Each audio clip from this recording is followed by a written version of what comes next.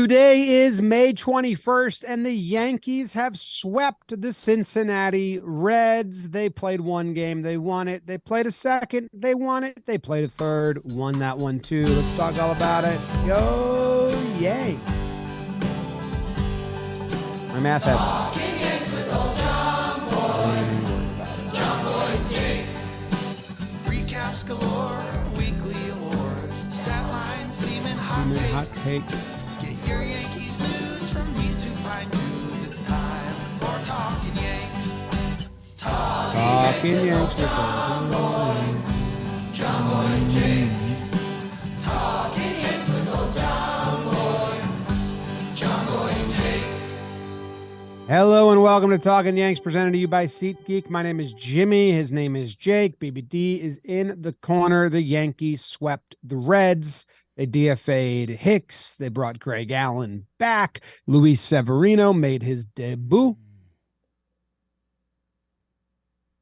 And Johnny Brito got sent down. Jake, how are you?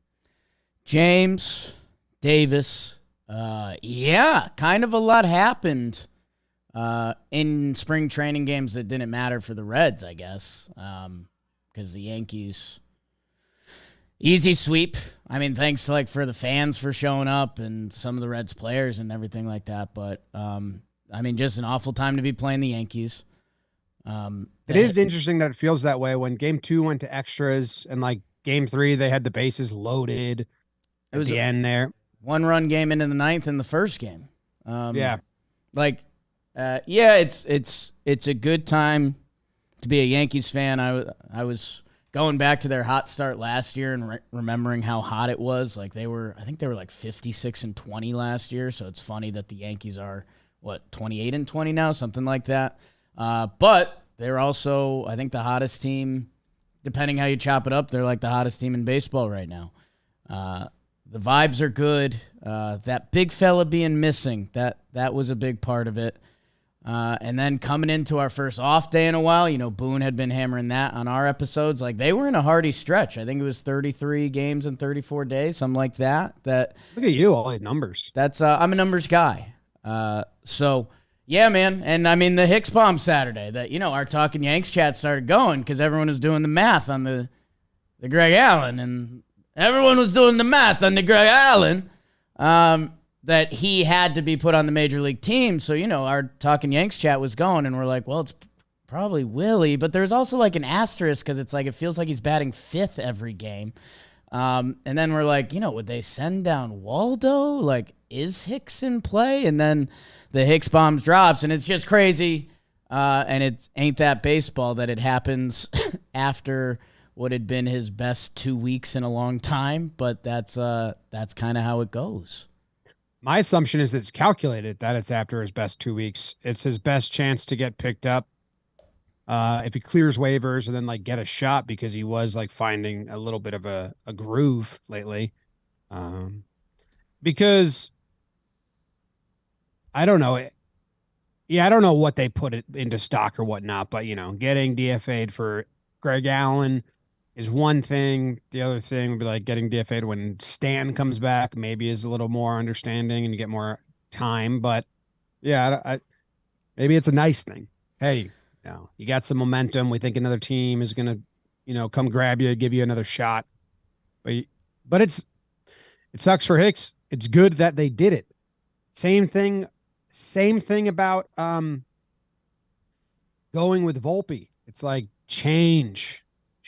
Do be different. Make the tough decisions. Now, I think they could have made it earlier in the season, but maybe they didn't have an option that they really thought was necessary. But at least we're not getting to the deadline. I would have said he's got to the deadline. I think I've said that to you guys. Right. The Yanks aren't going to do this.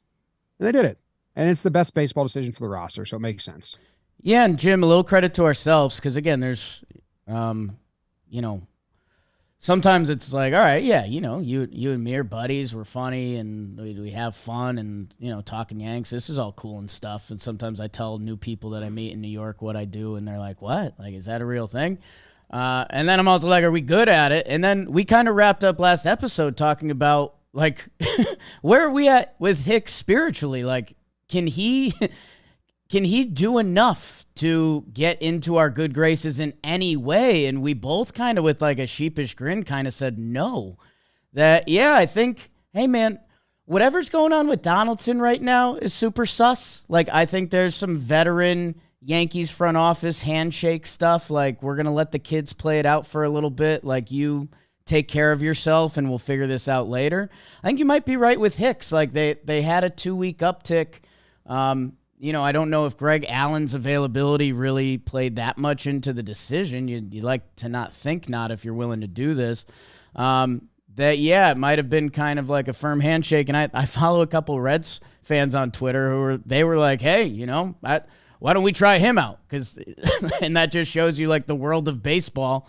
A lot of teams are just hoping and searching for a guy to click that. We kind of knew coming into this year that this was going to happen. We just didn't really think this weekend. Yep, makes sense. And Greg Allen offers a lot. He offers speed. He offers being able to switch hit, which Hicks did at his time offer both those things. He also offers a nice backup to Bader in center field, which Hicks also offered a lot in his time. But the one thing that Greg Allen offers is the brain and mind preparation and commitment to being a role player, which you heard Paul O'Neill talk about during the broadcast of game 2, that, hey, when you get these guys that don't want to be in the role they're in because they want to be starting and they're kind of like, moping around or downtrodden. O'Neill was saying, I have no idea if that's what Hicks' case is, but he clearly wants to be a starting player. And O'Neill said, like, those great Yankees teams was because the bench players knew exactly what their role was and like knew that that's where they were at in their career and loved it. And that is true. When you think back of like great winning teams, it's the bench players know exactly like what they're doing. And Allen is a guy that's been that guy that can come off the bench. He knows he's going to come in and play late defense or come in and grab a bag. And be that fourth outfielder. So it just might be more buy-in from him. And he is a great like piece like that on the bench. So yeah. The speed is crazy real. We saw it in the series in his 2 games. I mean, tagging up on what would be a tight ball for a lot of players. He gets there pretty easily. And then he's running like an absolute madman today. He's kind of got crazy legs when he runs. It makes him look even faster. And yeah, man, I mean, you go back to those 90s Yankees teams, whether you were a fan of them or your pops or whoever you talk Yankees baseball with, and you mentioned, the Luis Sohos and the Homer Bushes and those guys. Like, yeah, they had a role. And, Greg Allen, he's going to have a role, and he's going to be like when he's on the bases, he's a threat. We've been talking about how the Yankees need a true backup center fielder because even, we were complimenting IKF, and he gives an effort out there, but also he's not an outfielder by trade that you saw in this series. He caught him, but he made a couple plays not look pretty. That you're going to want a guy that plays major league center field, especially if Bader goes down. And like you said, switch it and speed, and his little spurt with the Yankees, he played nice, and when we'll see what we get out of Greg Allen this year, but definitely a better fit for the role. Before we fully dive into the series, a little brain exercise I want to do for you. So with you, when the Yankees started and they broke camp, their bench was Higgy, Hicks, IKF, and Franchi. Correct? Hicks, IKF, Cordero were the 3, I think. And now, if they Florio went 5-man bench on opening day, but yeah, yes, if they bring, Willie's gone when Stanton comes, right? If everything stays, you'd assume, like, unless Bowers has a falling out where he's not hitting, because Calhoun kind of is hitting, but yeah. Yeah. So if Donaldson and Stanton both come back and it's Cordero or it is Calhoun and Bowers probably out. If that happens, they have all the starters and the infield rotation that they planned on having at the beginning, but they changed their bench from Hicks is now Allen. IKF is still there. And as Waldo or there, and then one of the bench spots is the rotation. So it is a better bench. Yeah, and that's as one of their bench spots is DJ or Gleyber or Rizzo or Donaldson. Yeah, it's going to be interesting if the Yankees stay healthy for a couple weeks. Yeah, a couple decisions will have to be made, especially, they clearly like Bowers. They're tried him in that leadoff thing. If he puts together a couple hot weeks, like how much can he sink his teeth in? Willie Calhoun, you can actually cut up his recent numbers that, he's been hitting the ball. I think he's got an OPS in the high eights for the past couple weeks that, I don't know. I mean, obviously, it's kind of not a conversation with Stanton. But yeah, I'm interested to see how the rest of it plays out because I don't know. Like, it could Oswaldo, think about the bullpen last year when Ron Marinaccio got sent down basically because he was the only guy with options. Is Oswaldo going to find himself in a spot like that? Could easily see it. But he's a button and walking full. And that. And then I don't know, like IKF's a power guy now, but I don't know, like all Yankee fans kind of spoke about IKF. Would he ever be on the table if there was a fully flushed out Yankees roster? And I don't think any of us believe in it, but none of us fully believe they were going to make a move on Hicks anytime soon. So I don't know. Yeah, they'd probably try to trade him halfway through if they move on from IKF at all. Right, but they like him, and he can be a fine-ish bench piece. Yeah, well, Bader's beefing with him now. Yeah, the beef boys out there. Hey, that's my ball. Hey, it's mine. It's not your catch. I'm Harrison Bader, man. IKF kind of turned and spit at him. Like, yeah, I saw that. I catch. You saw that? Yeah. Oh, yeah. It was a little weird. I was like, oh.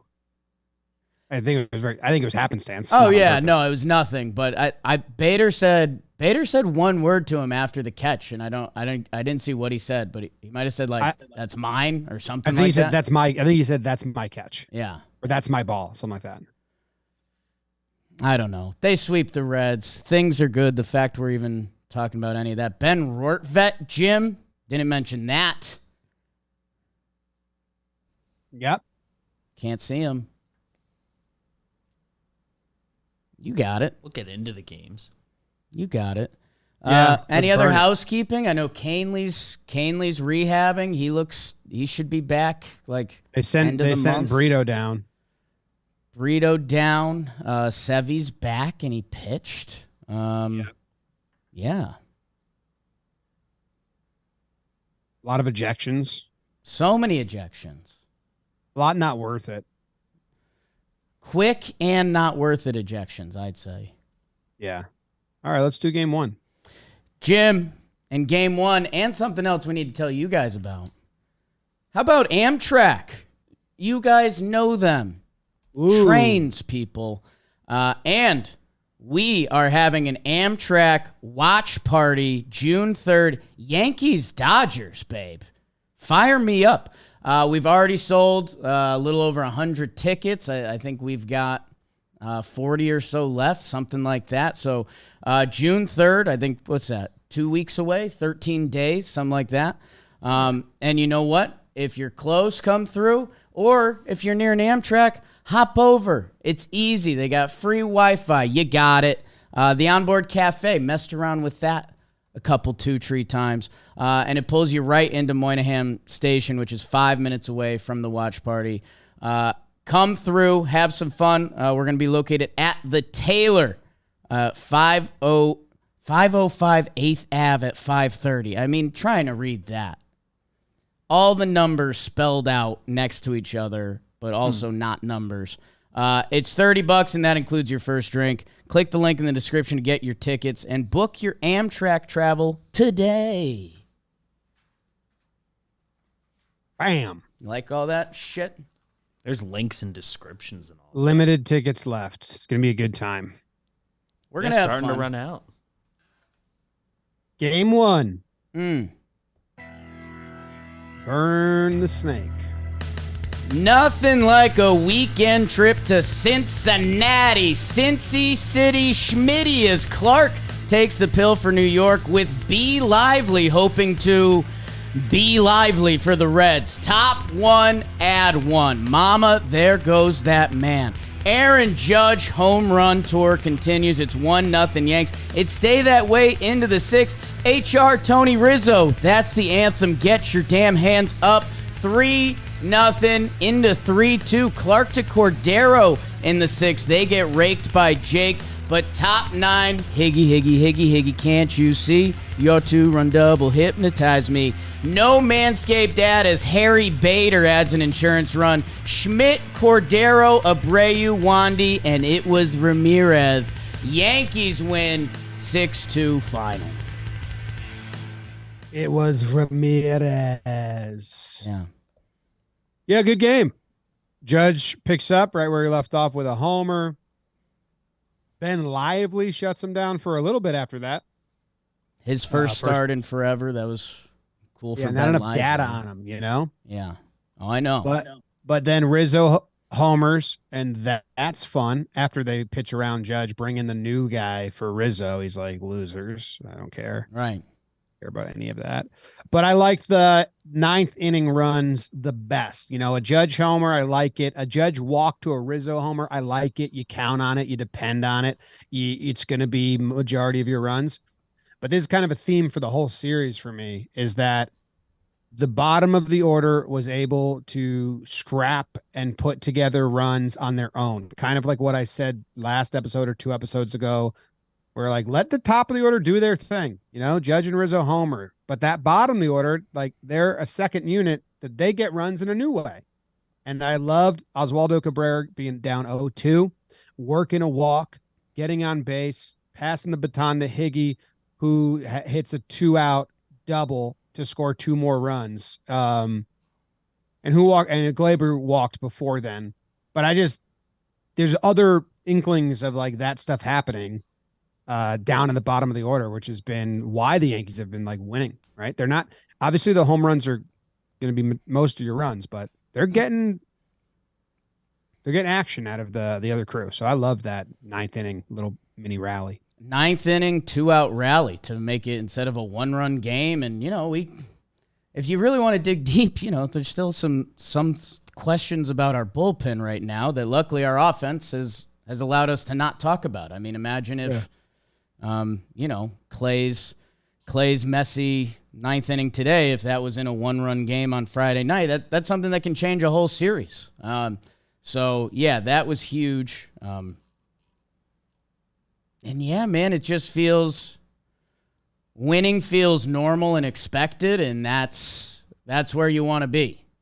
They went down in game 2 and you know, slightly down in game 3, and I didn't blink. You know, I didn't care. Right. And actually, you're getting that feeling of like, I'm excited to see how and when they tie this game up. You know, is it going to be an IKF solo homer? Maybe. Spoilers. That's game 2. Ooh. But that is the general feeling right now, which is you feel it with teams through hot spells. Right now, we're in the middle of that where it's like, oh, down 3 runs, but it's only the 3rd inning. Let's see how they're going to get out of this one, because I think they will. And then they do. It's fun. Yeah. And I a little bit came at the bullpen there because we want guys back and we want guys a little fresher. But, you know, after Cordero gives that hit, he doesn't give up a hit the rest of the way, and neither do any of the other bullpen guys. So good effort from there. Are we talking about Clarke later? Do you have any Clarke smarks? No, I mean, he got checked by the umpire, but the umpires came out with their statement and was like, it was not sticky. He just had some furry stuff on his glove where pine tar was getting stuck, or not pine tar, where rosin was getting stuck, and we wanted him to clean it up. So that it became a huge talking point because of Herman, and the Blue Jays are mad, and Gossman had quotes about Herman. So it's like staying in the loop, but the ump basically shouted in his post game, wasn't sticky hands. Sticky furry glove. Sticky fur from the glove.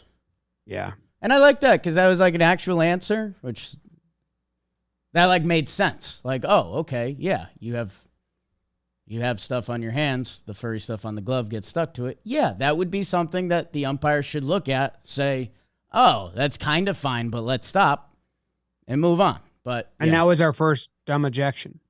yes. Bell got ejected. Just had to. We saw Rocco Baldelli get ejected for the same thing with Herman earlier in the year. Like, he told him to take it. But I feel like once they explained it to Bell, he should know. He likes getting ejected. Yeah, why did you just do gopher face? Watching the Mets, they tried to send Gary home from first. That was mean to do to Gary. Had Gary Vogel back to back. Just speed on the bases for the Mets. Yeet. Gary got a hit, though, so we're happy for him. Well, don't know what that feels like. Yankees are fast. These fast Yankees. All right, game 2. Yeah, I mean, bullpen decisions. Right now, the Yankees bullpen decisions, especially with, like, it's just, this is the guy. Yeah, it's who's available. It's pitching path to victory.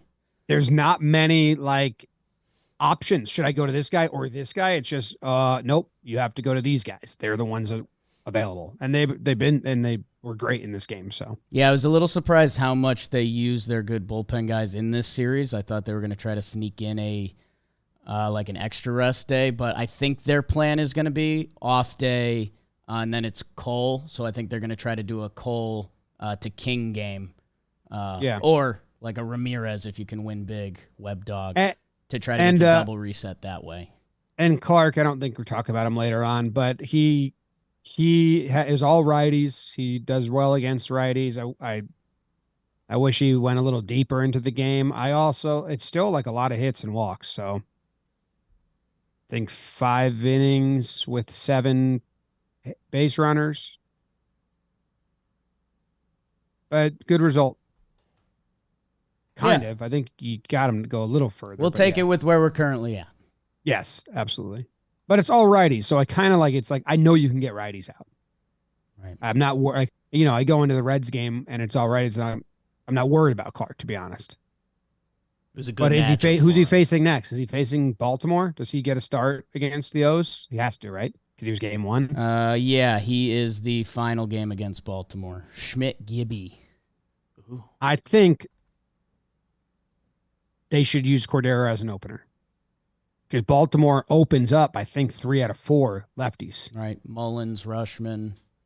So I would, in the first 2 with the off day, and then the first 2 games, we can ask Boone because it's going to be the next game after we talk to him. Yeah, I mean, they can open Mullins, Rushman, Santander. Yeah. And they have a bunch of other guys. So, yeah, that'll be interesting. They have a lot of lefties, yeah. So that's a game I worry about Clarke in. Seems like an opportunity to try an opener again. Yeah. Worked with Johnny. Going there. Okay, let's do game 2. Red starting pitcher Luke Dreamweaver would hope to be the anchor man for Cincy. Did you just throw a burrito out your window as Johnny toes the slab for New York? Bulky Burrito gives up 1 in the first, but Judge throws a single on the stage. It's 1-1 until Spencer steers an infield single. Luke pops a melee. He's sweating into the seats. It's 4-1 Reds. But the Yankees' big 3 answer in the 5th. Rizzo, Judge, IKF, Yacker. We are locked up at 4s. Buenos Cantos, Judge sentences the Yanks for a 1-run lead, but Tony has that Riz, baby. 2-run homer. Burrito, Ronnie, Kinger, Holmes, and the Tiny Cannon. Yanks win 7-4 final. Hey-o. I mean, 7-4 extra innings. The Yankees win an extra innings game on the road. They don't usually do that. Yeah. The Rizzo homer there again was awesome. It was like, oh, thank God. Let's just bring that rusty little cannon out. See if he's still got something left. And I know what you're thinking, that I said, like, I didn't want the tiny cannon for the next battle. But this was more like they came across a little leftover fleet from the first French fleet. Right. And it was like a little tiny boat of, like, French soldiers that were like, oh, and they're like, yeah, we still got this. It would be more work to get the cannons they're repairing right now back up to the ship. So it's like, let's just use the tiny cannon. And he can take on these guys, so that's fine. This game was fun because it was what we were saying. They went down, and I was shopping with Katie because we were setting up the nursery, and we were doing like Home Goods and Home Sense and all those stores that are literally just junk for women. I said, Katie, everything at this store is junk. This is like how people look at their shelves and they're like, it's so bare. I need something, just anything. That's what those stores just are. Objects. Literally just objects that have like nothing, like no logistical reason you would put this in your house. Like, do you want this basket or maybe 20 others that are slightly different?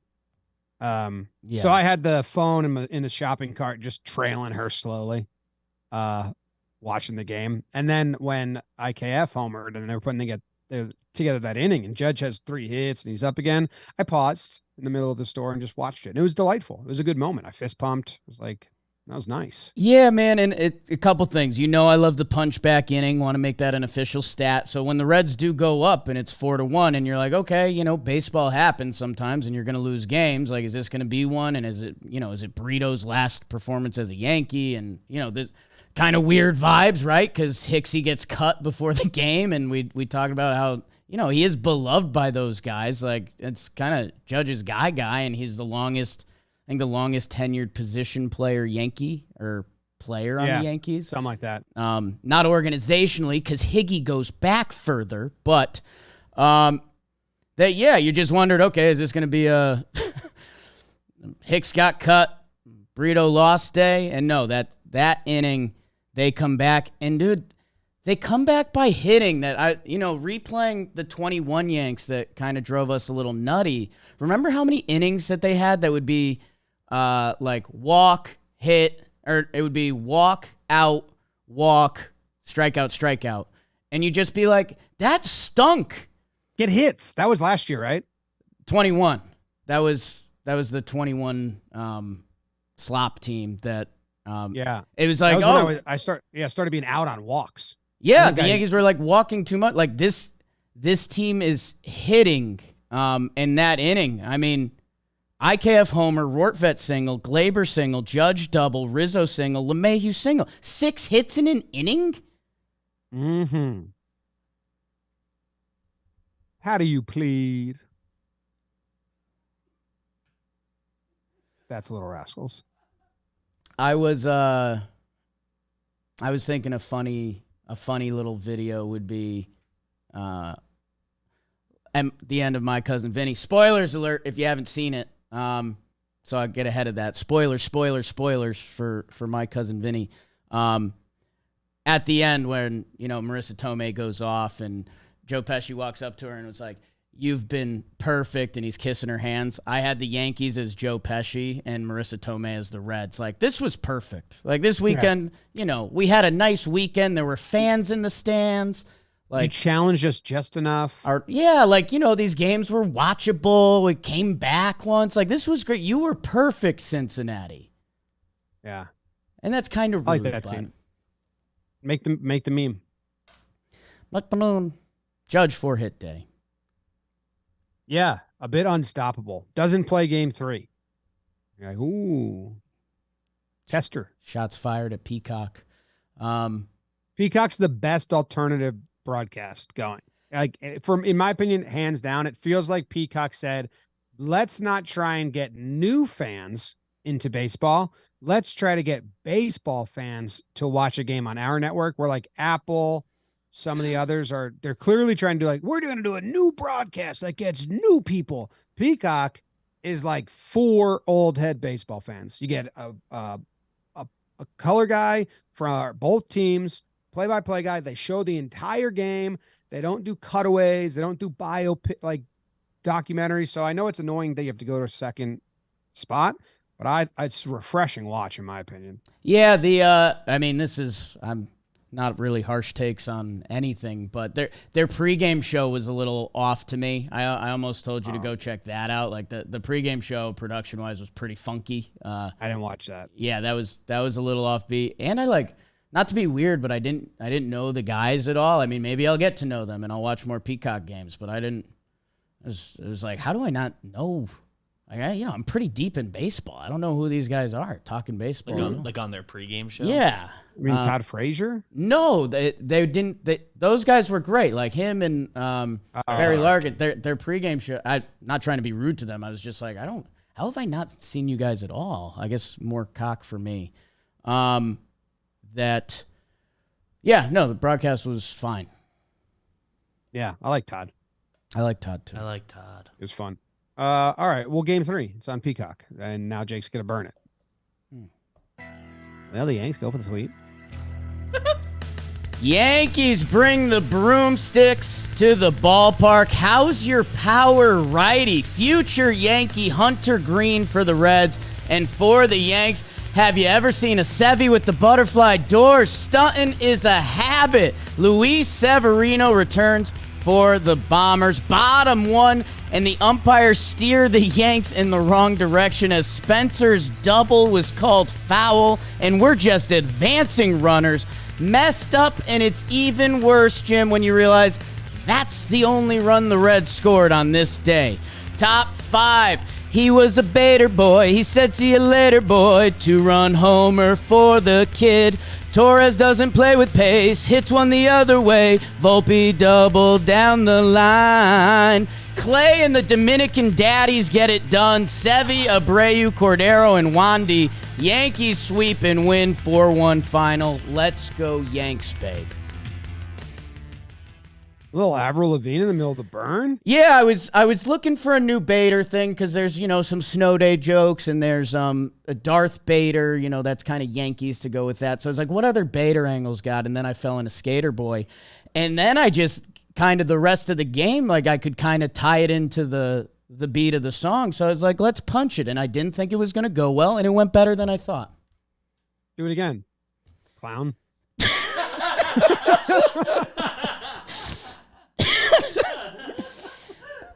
You know what I was, and now I'm not going to. I don't. That's fair. That's tough. I was sticking up for you. I know. And then that's what you should have said to me. Yeah. And then, the other, I did have a nice moment when I realized that it was Clay and all of the Yankees' Dominican pitchers. Yeah. That is nice. Yeah. So that was a fun plot twist for me. Yeah. Judge doesn't play. That's normal. Any other decisions here that we need to talk about, or bullpen decisions or anything? Man, I think, again, bullpen was, it's like who in the Yankees bullpen rules can technically pitch today, and that's pretty much what they did. I mean, the foul ball play, pretty crazy. Looked fair live, was fair. You'd really like Bowers to catch that ball. But then, Boone gets tossed because it probably should have been second and third. I think that's 90% right, the answer. I didn't know. I was again watching my phone as we were driving around or getting brunch and stuff. Did they ever show the full wide? And I don't know how to rewind on Peacock, so I couldn't go. I don't know about the full wide. They showed India at one point, kind of like chopped up his steps and slowed down a little bit to check I in saw on the that play. They have the all 9 angle. Why don't they show that? Because if you see an all wide, I could give you a definitive, my definitive opinion. But right. And maybe it's out there. I didn't see it, but I didn't. All the angles they showed, I was like, this doesn't give it the story. The umpires have the all 9 camera angle, like the just high and wide. Yeah. So that's what they base their decision off. So I hate when I don't get to see what they base their decision off of. Yeah, and I think it very much depends which team you're rooting for. I think if you're Cincy, you're like, yeah, my guy scores. I think if you're the Yanks, you're like, oh, they just played it out normal. He doesn't. I wasn't as scored. I wasn't as chewed up as a lot of Yankees internet, and I'd have to hear more from real umps with the wide view. But end of the day, it doesn't matter. I mean, the end of the day, the argument basically is you can't get that call wrong. Like there's like, calls you can get wrong as an ump and calls you can't. And that's even what the broadcast says. Like one team's getting screwed here because you got the call wrong. Yeah, and it almost was it a feels home run? Was it not? It almost feels like that's, in the NFL, they let, if there's a fumble or a down by contact, they've adjusted to pretty much like play it out as a fumble, because if it's not, it's a lot easier to fix. Where exactly, if there's a ball down the line, almost call it fair and let's figure it out afterwards. That should be what the memo is to all umpires. Like, hey, just call it fair and let it play out and then adjust if it's foul, because that's such an easier adjustment. Like then you just say, oh, never mind, it was foul. Everyone go back to the base they're on. Right. So I think that's the biggest argument is like, guys, how about a little forethought? And kind of tough game for that ump. There's that play. He missed the Sevy pickoff. I don't know. Tough. Yeah. You want to talk about Sevy in the awards section, or you want to talk about him now? I think we talk about him now, right? I mean, dude, it's wild how many last names are still out there with like Cock or Dick in it. This girl pitching for Florida State is Sandercock. And I don't know, you just think they'd phase out. Just change the family to the Sanders. Mrs. Sandercock. Yeah.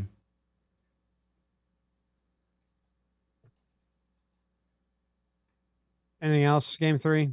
Your thoughts on Sevy? Good. Changeup was good. Fastball was there. I'd like to see it again. No bad thoughts. I just seemed kind of normal. I don't know. Maybe I'm downplaying because of the red situation, but touched 99 on his fastball at one point. I thought the changeup looked really good in that, when he got out of the first inning and later on in the game. I think I was looking at the stats. It's very like normal, right? Like right. He didn't get through the 5th inning, but he threw exactly 75 pitches, and that's what they said they wanted him to throw. Yeah, it's you wanted a good performance, but the bigger thing was 75 pitches and being healthy. So you take that and you see you at 85 pitches next time, and then let's see, who does he have next? Yankees play Baltimore and San Diego, so that'll be a little bit more of a test. Yeah, they're struggling, but yes, a lot of good hitters still. But yeah, I mean, looking at his breakdown, it was 60% fastballs and then the changeup and the slider. They say he threw one sinker. I'm guessing that's just a four-seam that got read wrong a little bit. Or even a changeup that got read wrong. What's that? Or even a changeup that got read wrong. Yeah, because they have it as 86 miles per hour, so probably, yeah. And he had swings and misses in all 3 pitches, and he got called strikes in all 3 pitches. So it's good. It looks good. It's good. All right.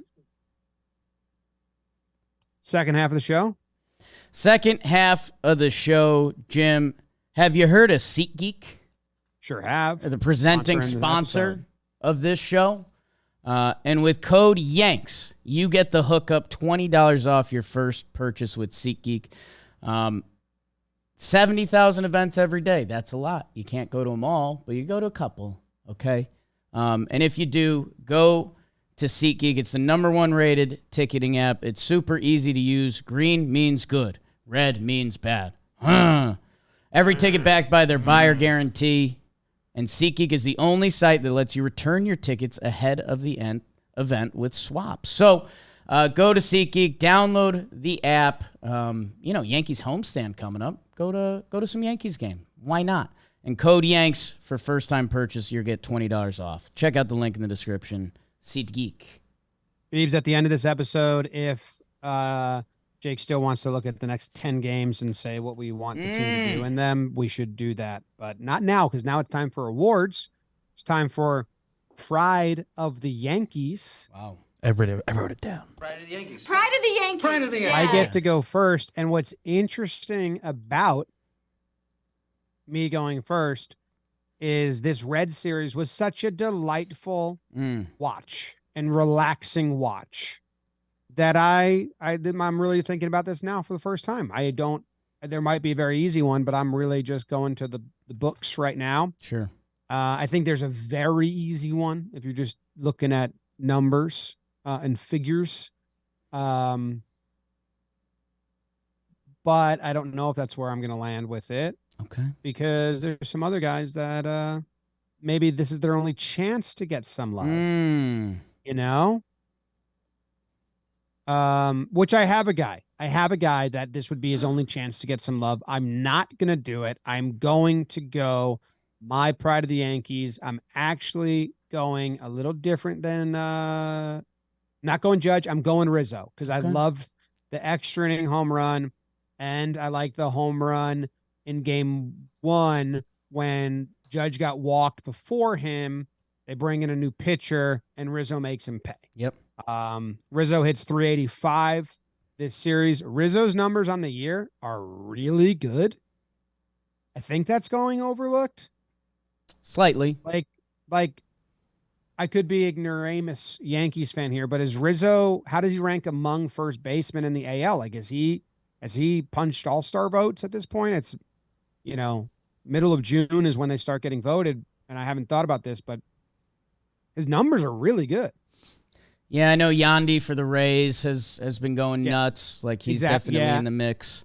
I don't mean starter, but no, I mean the fact it's in discussion is a good thing. He just hasn't had like a nuts week really. So I think it's nationally flown under the radar for sure. Flag. I feel like he just hasn't been the hottest hitter on the team at any point yet, too. Yeah, no shots fired at any other first baseman across the league. I genuinely was wondering. Yeah. But 302 batting average, 382 on base percentage, 525 slugging. That's a nice slash line. I mean, he's on pace. 11 homers, 46 innings. We're trying to get him over 32. Remember his career, he's had 32 home runs in 4 seasons. Oh, yeah. So we're trying to get him over that. And Anthony Rizzo has never hit over 300 in a season. So if we could, that's something that he'd love to have a notch on his belt as a guy who's got a lot of notches on his belt at the MLB level. No, he's been awesome. You think there's one notch belts? Like a guy who's like, I only need one hole. I'm not losing weight. I'm not gaining weight. This is me. He knows. I could see there's definitely like stylish belts, right? That are like, if you want. Do you think that's ever been a fad? Like a belt company comes out like custom for you. We'll put one hole in the it. Perfect size belt. Yeah. Yeah. Okay. Probably like rich pride? people who just need it for one specific outfit. Trev's probably got one. Yeah, Trev's got one. My pride, yeah, I think there was a lot of good that happened in this series, but it's a 2-horse race, and I think it was our 2 biggest horses. So I think it was Rizzo and Judge, and I know he doesn't even play in the last game. But, Jim. But that's great. That's good. Can you do it without me? What's something I know about? Something you know about? What's something I know about? The weather? Not really. Not at all. As it's happening, if you're outside, you're all over that usually. Fighting through a hangover, and there was a chance coming into Cincinnati that the Yankees were going to be a little hungover. Like, you just mentioned we want to do a little 10-game stretch check-in thing because our social team put it out, and we were like, oh, that's really cool. We were talking about how big this 10-game stretch was for the Yankees. We were hoping they were going to go 500, right? Like we were win the A's games and then survive everything else. The Yankees turned into the best team in baseball. So that's kind of why we want to look out for the next 10 games. Judge comes out, homer, welcome back to Cincinnati. And I'm just going to keep doing my thing. And then a 4-hit day. Like, it's one of the reasons why I originally pushed. Like, I was the guy who changed it. I wanted each team to play every team because guess what? The young kids in Cincinnati, not to be like serious baseball, Jake, they got to see Aaron Judge, and they got to see one of his mammoth homers, and they got to see him have a 4-hit day. Like, that's what makes you fans of guys from around the league. And And yeah, no hangover. And just a casual 5 for 8. How are you? 700 on base. Things are very easy for Judge right now. It's pretty wild. He is incredibly locked in. I like it. Oh, I want to say something about Rizzo. Say it. Good slap tag today. His throw to first on the, what was it, the burrito pickoff. That's just such a beautiful baseball throw that's sneaky hard to make. Like, you need to throw to second base, and you need to put the ball basically next to the base runner's head for the middle infielder to catch it and tag them, and Rizzo did it beautifully. So I just want to mention that. Good mention. Good at baseball. Good at baseball. Are we on to the next part of the show? Oh, man. You Yankee motherfucker. Ooh, this is a little tough. It's tough. 3-game sweep. I usually try to make it so we don't have to do this on a sweep, and you're always hard. Oh, Bowers. Catch that ball, dude. Get a hit. Bowers. Catch that ball and get a hit. Catch that ball and get a hit. He went 0 for 7 in the series and didn't catch that ball. So I thought it was going to be tough. It's not tough. Bowers is my MFer. Back to back. Did I give it to him last week? No, I did. Oh, that's fine then. Yeah. We can spread the love out. Yeah. Okay. Man, this stinks. But that's who I would have gone to. It's a good time in talking Yanks when giving out MFer stinks. IMO. I will go with Brito. 4's wild for Johnny Brito. 4 innings, 4 hits, 4 runs, 4 walks. Hey, you're my attack the zone guy, Johnny Brito. That's the scouting report on you. It felt like I'd love to pull up the spray chart of his slider, and I actually can probably do that really quickly. But it felt like when I was watching, pushing my shopping cart around, that his slider was just off the plate every time he threw it. And he was like trying to get swing and miss or something with it. And they just weren't even blinking at it. And I was saying to myself, hey, guy, that pitch isn't working. And then he just kept doing it. So that was my scouting report. But I'll go look at the numbers to see if I'm off base here. And he was pumping a ton of heaters because I think they thought, and O'Neill was talking about it, that teams were sitting on the changeup because they knew that's his like good pitch. So he was pumping even more sinkers than normal. It was like 70, 80% at one point in the game. Here, Beebs, I'll put this in the chat, and I don't know if you can take that graphic and put it on the show. Give us the words for the graphic for those that are podcast only. It's exactly what I said. I am correct. Of all the breaking pitches he threw, 2 of them were in the zone.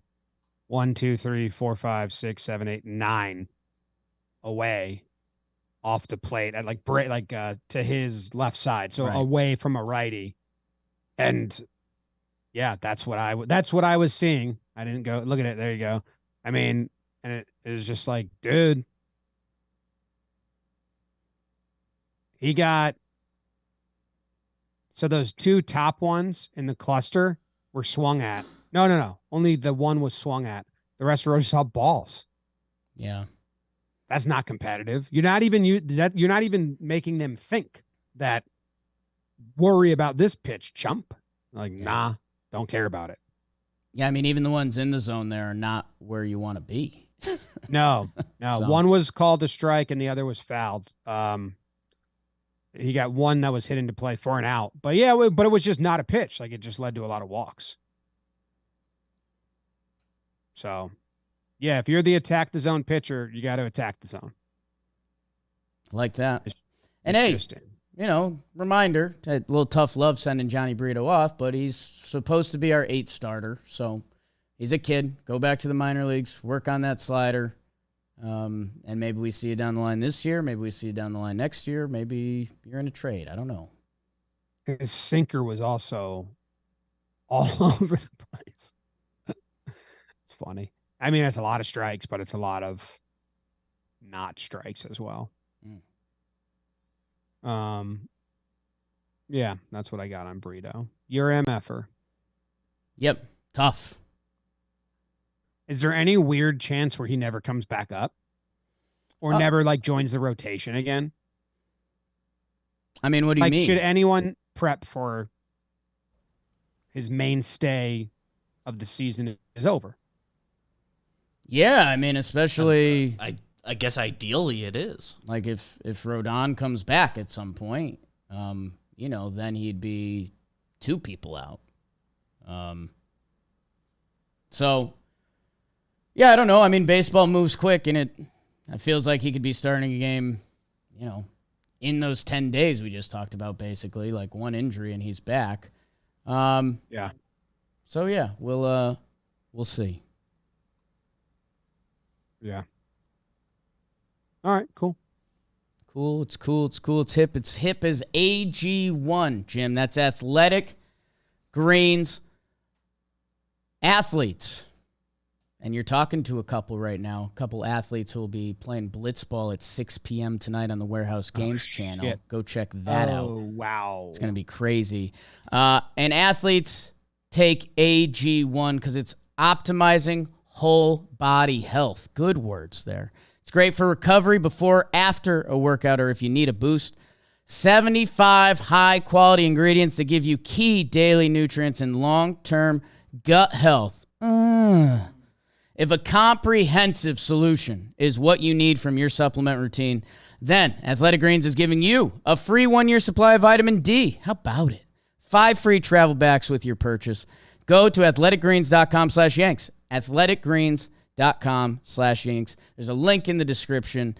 If you're looking to take care of your body a little more, check out AG1. Nice. Next part of the show is regular old awards. And the first award I'm giving out is Geppetto's Dildo Award. Okay. I'll dissect a little bit. Geppetto, and correct me if I'm wrong, Geppetto's the guy that creates Pinocchio, right? No hints from me. Okay.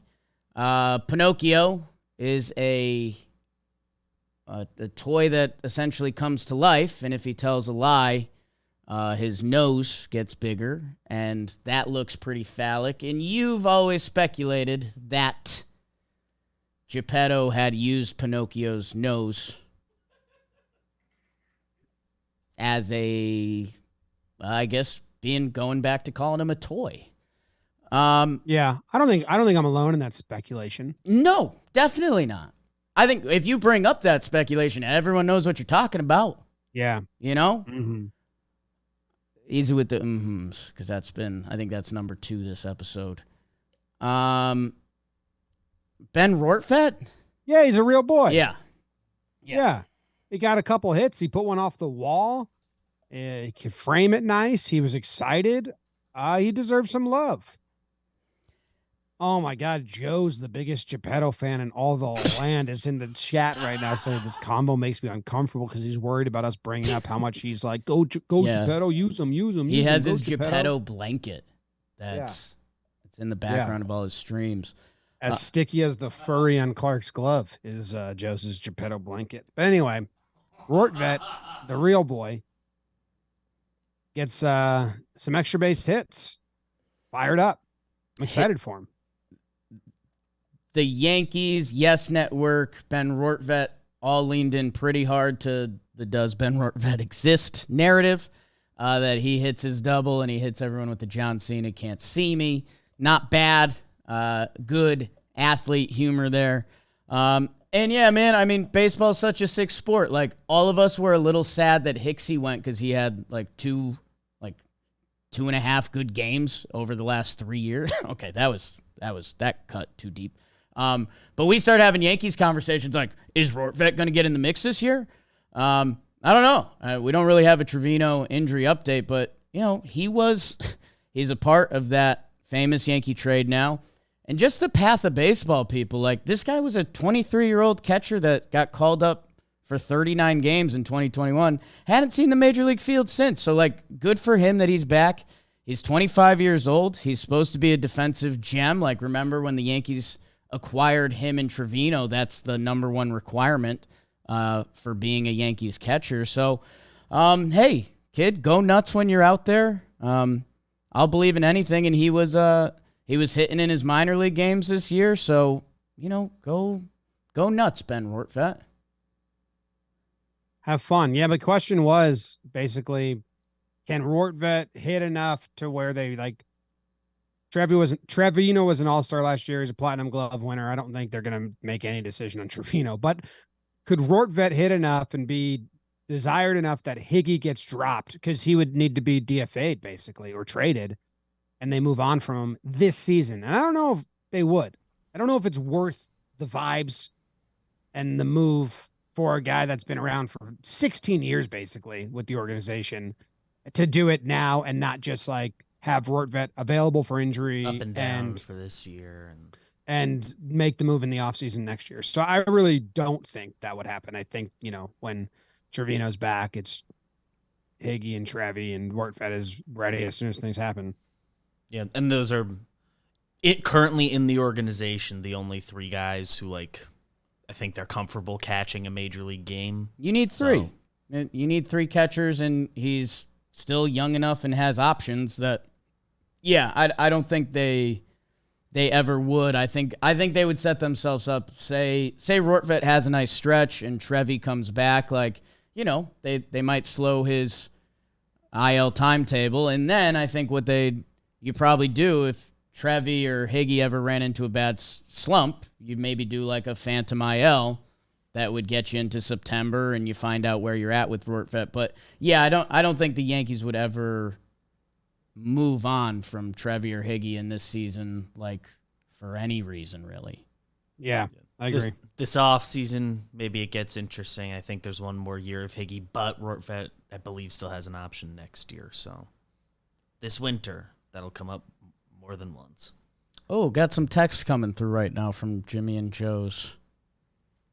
He's trying to counter something. I couldn't understand it. Joe's McFly, I don't like Geppetto, or however you spell his name, which is a good joke. I don't know. And you said to Joe's, I like that Geppetto guy, reminds me. I can't say the last part, actually. You can't. That's just a quote that Joe said. That's what Joe said. Then he accused you of monkey wrenching. Wait, who did Talkman? Is he with the Cubs? Talkman's with the Cubs. And I think someone in the chat said Clint just got called up for White Sox. Other Chicago team. Rivalry game. Yeah. Good their award. rivals they're already rivals. Oh yeah. Yeah. Thorough. Great award, Jim. I will be giving up the sleep apnea award. Sleep apnea award. Sleep apnea award.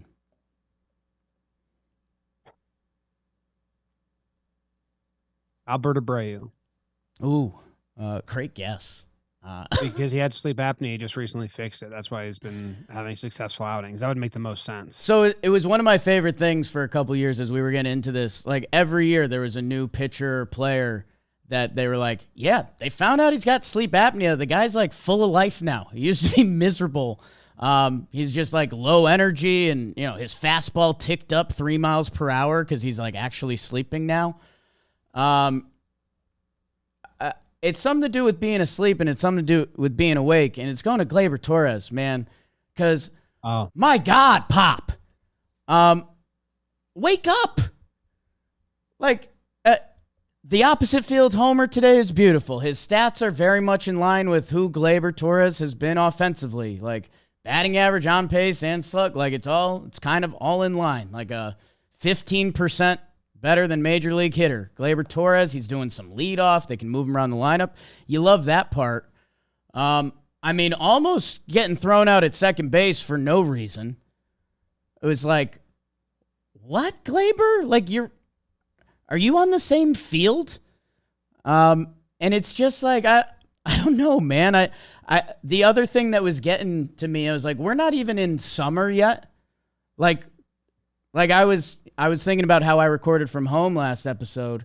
And I was thinking of some beaches, and I was thinking, hey, we're going to get some Jimmy recording from the Jersey Shore this summer. Like, that's become like a Talkin Yanks, feature of the year once summer gets going. And I'm like, we're not even in summer. It's not like I can give you the oh, it's July. We're 80 games in. I get it. Baseball can be a long season. It's like, Gleyber, wake up, man. I also had that thought because I remembered the last year, the first Peacock game. I remember thinking this was really good. I enjoyed it. And I was down the shore for that, which was awesome because I got to have a day at the beach after we recorded. Right. Something like that. I got to do something. And I think it wasn't it was always a Sunday game. So I don't know. Anyway, but I was also, also made me realize we're not that deep into the season. Yeah. Powerful stuff. Yeah. That was Joe's coming through me. And Joe's did just text a picture that BBD, if you could get that on the screen, I'd like that. Because that's just a good shot. James, and all this Joe's mentioned, I should have mentioned with our Blitzball again, it's on at 6. We are facing Pinstripe Strong and Joe's McFly. All-time game. The chats in each game have been crazy, so make sure you guys come through. And Codenames is on at 4. I told Kyle, I was like, do a programming graphic, Talkin Yanks now. Codenames on at 4. Warehouse game 6. John Boy Media cranked it out this Sunday. Joe's just asked if we should do a beach day. I wonder if I can find a weekend to have crew down there. I liked Joe's on a Jersey beach. I liked his energy. Yeah. I kind of like Joe's anywhere. He's just thrown off my whole brain. What about a basketball court? Do you see he's a fitness influencer now? No. Joe's on Instagram, posting leg day today. And then he took a video of him on the bike and he's just smiling and biking. It's what are you doing, dude? I saw him at Build-A-Bear. They kicked him right out.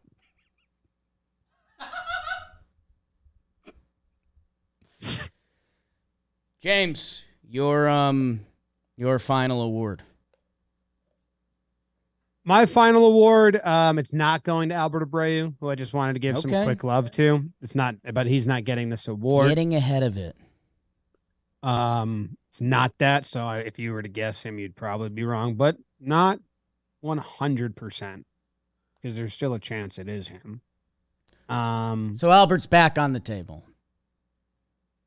I can't repeat it. It's a bad podcast. I just repeat everything I say all the time. Okay.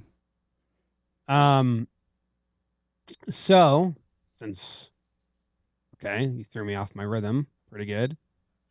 I'm going to go, with the, I don't know. What else is there to talk about? Okay. Gleyber was a good one. That was a talking point that needed to happen. Thanks, Jim.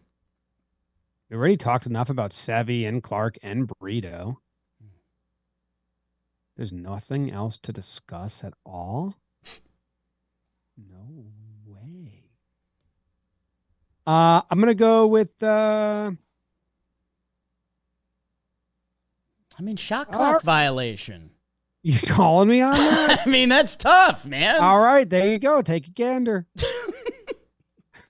Take a gander. Take a new signature line. Have at it.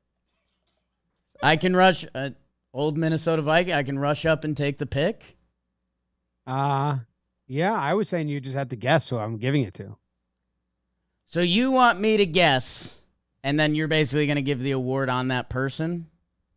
You called it. You're saying I'm out of time, so that just means you. How about this? I'll give you guys a pair of guys to talk about. And it's Albert Abreu and Jimmy Cordero. No. Okay, great. No.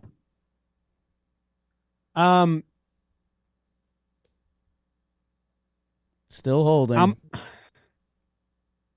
That's the award. Still holding. I mean, I'm going to guess Albert Abreu and Jimmy Cordero still. Wrong. Great. Awesome. Volpe. Okay. Kind of still holding. Feels better than the numbers say. But when are the numbers going to look at how I feel? Like, I'm still up on Volpe. He's a talent. He looks like he's going to like be a really good player for a long time. Every 5 days or so, I go look at his numbers, even like, not as on the season, but like in his last 10 or his last 30 or whatever. Like his last 30 isn't good. His last 10 is like, it's the OPS is good, but the batting average and on base percentage are both bad. So he just popped a couple homers, which you can do in a short sample. But like, I don't know, still just holding on this kid for like the numbers to reflect the feeling. Yeah, it's funny because anytime he does something, it's electric because the speed. It's either he's running like a madman or he's hitting homers. Like that's kind of those have been his strengths. He hasn't had like a big. I guess Tampa into Toronto, he's got a couple 2-hit games in there. Couple moments. But yeah, it's I don't know. What's a Volpe hot streak feel like? Because it felt like we almost had a couple Volpe hot streaks, but we haven't. And also expectations, man, like being in the 6th or 7th hole, wherever he is. If you provide something, that feels like so much more of a boost than when you're in the leadoff hole. Yeah. So I'm not really complaining. It's just I'm complaining because I see other teams' fans talking shit, and then I'm like, they're like, "This is what you guys are talking about," and they put his numbers, and then I'm like, "Oh shit, those are his numbers." Am I in over my head? Because if any other team was bragging and then I went and looked, I'd be like, what?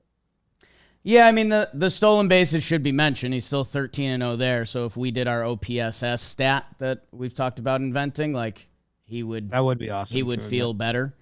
I would like that stat too. But yeah, I mean, even on today's broadcast, they were talking about him like pulling out and like, Todd Frazier, who's, he's Todd Frazier. And then Barry Larkin, they were just like, yeah, if he keeps pulling out like that, guys, that slider away is just unhittable at the major league level. So you wonder, and they were like, the two ways to counter that is you either stand closer to the plate or you like stop pulling out. So it's a game of adjustments, man. It's, there's nothing like MLB baseball that hopefully there's a episode. Hey, we started talking about what we want in 10 games. I'd love to see a Volpe adjustment or hot streak. What did he do in today's game? He had an insurance run double in the 7th. The only number in the slash line that really kills me is the OBP. Like I need that to get above 300. The rest I can say is rookie growing pains. The feeling's better than the performance. The base running helps out. He's run into some like nice homers and doubles to help out late in games, but like on base percentage sub 3 is a tough one. Yeah. Yeah, and we've kind of done this a couple times. It's basically turns into the same conversation that I think the kid needs to start seeing hits, and that's Jake's analytics binder. Let me show you all my secrets there. But, players feel the scoreboard. He's the shortstop for the Yankees, all the Jeter crap that's going on. That I think if that 211 turns into a 240 after a hot streak, that feels a lot better. And then OBP obviously comes with that I think everything else will be there that, yeah, you don't, I don't know, you're a couple bad games from having a batting average that starts with the ones. And then, you want people to start talking like Peraza's rehabbing and he's hitting down there. So, yeah, like, we can't let it. The Yanks are winning. Everything's good right now. The Yanks will have tough stretches. It's a long season. that when those episodes happen and it's why are we losing, and if Volpe's got a batting average that starts with a 1, you got to start having some like real combos, and I don't want to do that. Okay, so we're on the same wavelength then. He's a kid. Yeah. He's a kid. Peraza. I don't know. What's your award? The last and final award. Let's see. Ooh. I'll go with the 9, but not necessarily feeling fine award. 9, but not necessarily feeling fine. Ooh, and dude, it's kind of like a double thing that I didn't put together, but just did, like electric. Wow. Oswaldo? It is not Oswaldo. Jimmy, it goes to Clay Holmes. Clay Holmes today, messy inning, but gets out of it. That makes 9 straight clean outings from Clay Holmes without giving up a run. And I was like, that's interesting because it hasn't necessarily felt that way. But, he had the 2 ninth innings here in Cincy. And again, this one got a little messy. His other 9th inning was against Oakland, which, that didn't matter. That the other appearances were 7th or 8th inning. And again, Clay in those innings has felt a little more dominant Clay. And I don't know if that's just happenstance. I don't know if it's the lane, but I just know if we did Talkin Yanks any time up until 2015, we would be talking about the 9th inning's different. Those last 3 outs are the hottest outs of the game. So I don't know. I'm glad he had accents. I'm glad he's putting up clean sheets. And I think Yankee fans would be surprised to hear that stat. But yeah, it's just, I don't know, something that's, very much on the Yankee radar for this season. I think it's getting a little noisy. Maybe keep him out of the 9. They don't care about that. They don't care. Maybe they should, and maybe they shouldn't. I don't know. But 2015, us with those accents, right? We're caring. I wasn't worried today. It kind of sucked. When I'm so not worried about losing a game, I kind of. How did those runners get on for Cincy? I don't remember. I was watching it, but I just straight up didn't. I was benevolent. Is that how a word? Yeah. Ambivalent. Fraley single, Steer single, back-to-back. And then he walked after almost hitting Fairchild, and then he got Will Benson to tap back to him. So, I don't know. It was... I'll be slight shots fired at the Reds here, and Jim, it ties into everything you're saying. Like, the guys that came up that inning, McLean just got called up, making his major league debut. Jake Fraley, sure, might be coming into his own. Happy for you, Jake Fraley. Spencer Steer, Nick Senzel, Stuart Fairchild, Will Benson. These are all like kids hoping to make it in the majors. Senzel deserves a little more love than that. But the threat level didn't feel like midnight in this 9th inning. I agree. Todd Frazier was asking, was he talking to the Barry Larkin, or was he talking to the play-by-play guy? He was like, do you think you play the outfield way back to make sure you keep the hitter to a single so the double play or so whatever, so the force out stays? And they were like, nah, it's 3-1. Who cares? They're like, it's 3-run game. And I was like, yeah. I was like, I'm just not at that place. Like, we're fine. Yeah. It's nice to be a Yankee fan right now. It feels good. It is. It is. For all our Reds fans checking in, I've been pretty obnoxious Yanks this episode to you guys, so I'm sorry, but also not. Fair. Right? All right, what's the next 10-game stretch? The next 10 games in Yankee land. So we go home. So this was a road trip, which that's nice. Baltimore, San Diego, and then out to Seattle. So 3-3, and I think it's let me see if it's 3 or 4 against Seattle. It's 3 against Seattle. So if you really want, it's 9 with those games, and then it starts a Dodgers series.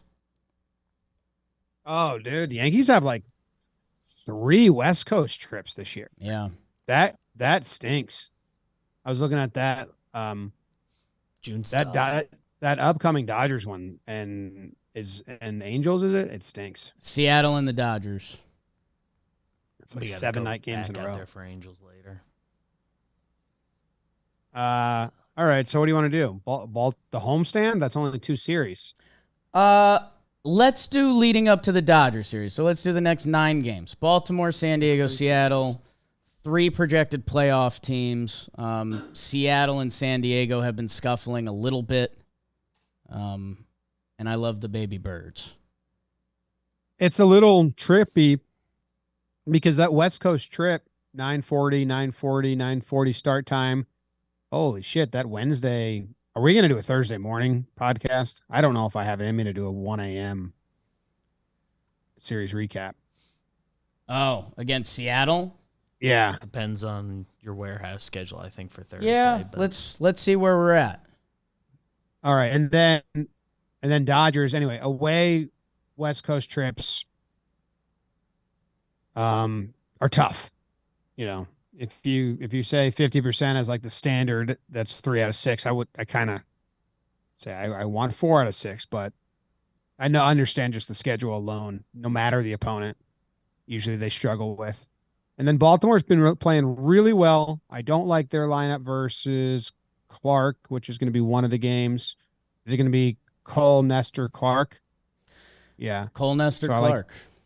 Yeah. And then San Diego, Cole, Nestor, Clarke. Hey, Sevy. The other thing I'll add in like what could be a nice thing to chew on.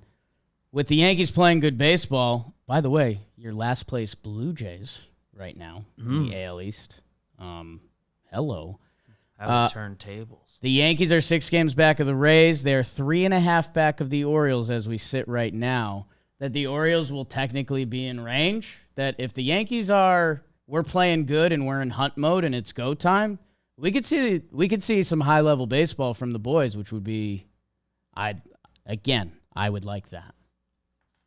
I have 2 options for you, Jake. Okay. And the difference between the 2 is kind of nutty. Okay. So, high end, you want them to go 8-4 in that stretch. That's really, really good, right? Nice. So that's adding the Dodgers. Okay. Yeah, I can't separate those in my group. That's fine. 1 game difference is 7-5. The difference between 8 and 4. Right. Really good. 7-5 might as well be 500. Yeah. So 7-5 is my minimum. Hey, they're playing a great brand of baseball that, you know, the expectation should be set high. Like San Diego and Seattle haven't gone yet, and you're playing Baltimore at home. So how about this? I want 2 out of 3 against Baltimore. Yeah. And then you should want 4 out of 6 from San Diego and Seattle right now. So that's, in theory, winning both those series or a sweep. Yep. So where am I? I'm at 6, and then you got a Dodger set. So, yeah, I guess 7-5 is that's your starting bar. Like, take care of work. If you lose a series to the Dodgers, you can't get mad about that. Like, they're a very good baseball team. It's in LA at the end of a West Coast trip. But, hey, if we're trying to be the Yankees, if we want to, like, bring the division back into play, you know, there's not a lot of easy parts of the schedule. Like, you're doing great. Like, Cincinnati and Oakland, bravo, and snaps. The fact that we didn't have to talk about anything, good. Right? Their record against sub-500 teams has to be pretty good. There's only so many of them out there, and, yeah, they've done their work. The entire AL East is above 500. And, like, Not even close. You know, Toronto 25-21, bringing up the rear right now. Yeah. Go Yankees, go. Hey, I'm rooting for Toronto today because if Baltimore's up 2 games on us coming into this 3-game set, boogity, boogity, boogity. Yanks are 14-4 against teams below 500. That's really good. But they're 15-16 against teams over 500. So they need to change that. Now we go. Yeah. Do they have any White Sox or way there? And they're coming up after that stretch. The Padres are below 500 and Seattle's below 500. So double coming up. All right. That's the episode. Go Yanks. Tell them, Grams. Go Yankees.